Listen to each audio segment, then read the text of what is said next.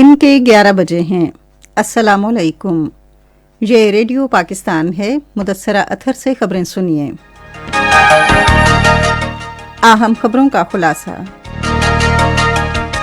وزیر اعظم نے خوراک میں خود انحصاری کے حصول کے لیے مختلف فصلوں کی پیداوار بڑھانے کے لیے تمام ممکن اقدامات کیے جا رہے ہیں۔ پاکستان اور چین نے مشترکہ مستقبل کے لیے قانون کے نافذ اور سمندری شعبے میں تعاون کو مزید فروغ دینے کا عزم ظاہر کیا ہے۔ بھارت کے نیم فوجی دستے سینٹرل ریزرو پولیس فورس نے بھارت کے غیر قانونی زیر قبضہ جموں و کشمیر میں حق خود ارادیت کے حصول کے لیے کشمیریوں کی آواز دبانے کی غرض سے مزید 5 کمپنیاں تعینات کرنے کا اعلان کیا ہے۔ ICC T20 عالمی کپ کا پہلا سیمی فائنل آج شام 7 بجے ابوظہبی میں نیوزی لینڈ اور انگلینڈ کے درمیان کھیلا جائے گا۔ خبروں کی تفصیل۔ وزیر اعظم عمران خان نے کہا ہے کہ مختلف فصلوں کی پیداوار بڑھانے کے لیے تمام ممکن اقدامات کیے جا رہے ہیں، جس کا مقصد خوراک میں خود انحصاری حاصل کرنا ہے۔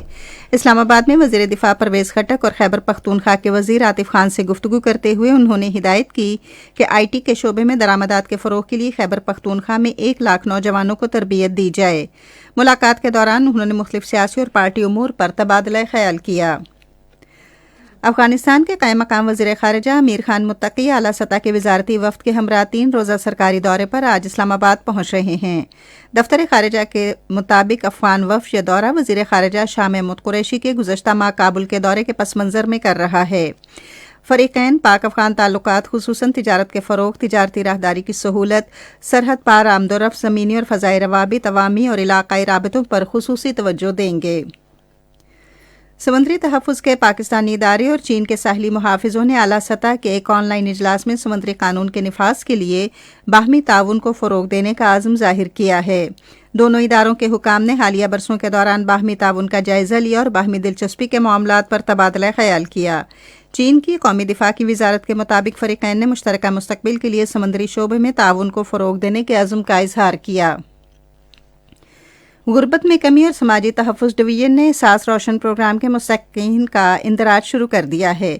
پروگرام کے تحت ملک بھر میں مخصوص اعانت پر 2 کروڑ مستحق خاندانوں کو یوٹیلیٹی سٹورز اور دوسرے اندراج شدہ سٹوروں کے ذریعے اشیاء ضروریہ فراہم کی جائیں گی۔ مستحق افراد ehsasration.pss.gov.pk پر اپنا اندراج کر سکتے ہیں۔ ملک میں ایک دن میں کرونا وائرس سے متاثرہ مزید 8 افراد جاں بحق اور 554 افراد میں وائرس کی تشخیص ہوئی ہے۔ National command and operation centre کے اعداد و شمار کے مطابق 46,128 افراد کے کرونا ٹیسٹ کیے گئے اور مثبت کیسز کی شرح 1.1% رہی۔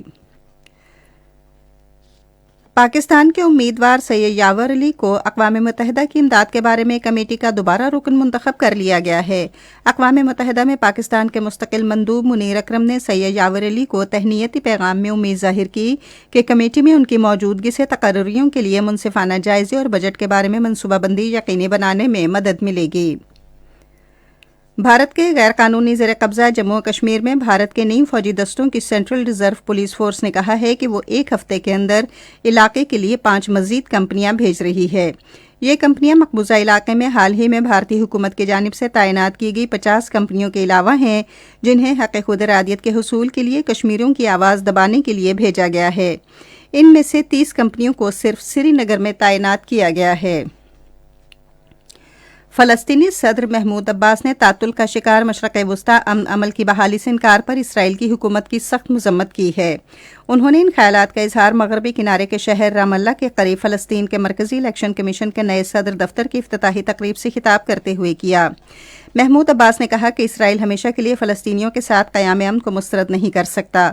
ادھر محمود عباس نے اقوام متحدہ کی سلامتی کونسل کی قراردادوں پر عمل درآمد پر زور دیتے ہوئے کہا کہ فلسطینی اپنی سرزمین پر اسرائیل کے زیر تسلط علاقوں میں رہنے کو مسترد کرتے ہیں۔ یمن کے شہر مارب پر سعودی عرب کی زیر کمان اتحادی فوج کے فضائی حملوں میں 110 حوثی باغی ہلاک ہو گئے ہیں۔ ایک بیان میں عرب اتحاد نے کہا کہ گزشتہ 24 گھنٹے کے دوران کیے گئے حملوں میں 22 فوجی گاڑیاں اور اسلحے کا ایک ذخیرہ بھی تباہ ہو گیا۔ کرکٹ۔ آج ابوظہبی میں ICC T20 عالمی کپ کے پہلے سیمی فائنل میں نیوزی لینڈ کا مقابلہ انگلینڈ سے ہوگا۔ میچ پاکستان کے معیاری وقت کے مطابق شام 7 بجے شروع ہوگا۔ دوسرے سیمی فائنل میں کل شام 7 بجے دبئی میں پاکستان اور آسٹریلیا کی ٹیمیں مد مقابل ہوں گی۔ خبریں ختم ہوئی. مزید خبروں اور تجزیوں کے لیے ہماری ویب سائٹ ہے radio.gov.pk اور فیس بک کے link Radio Pakistan News Official پر براہ راست ویڈیو سٹریمنگ بھی ملاحظہ کی.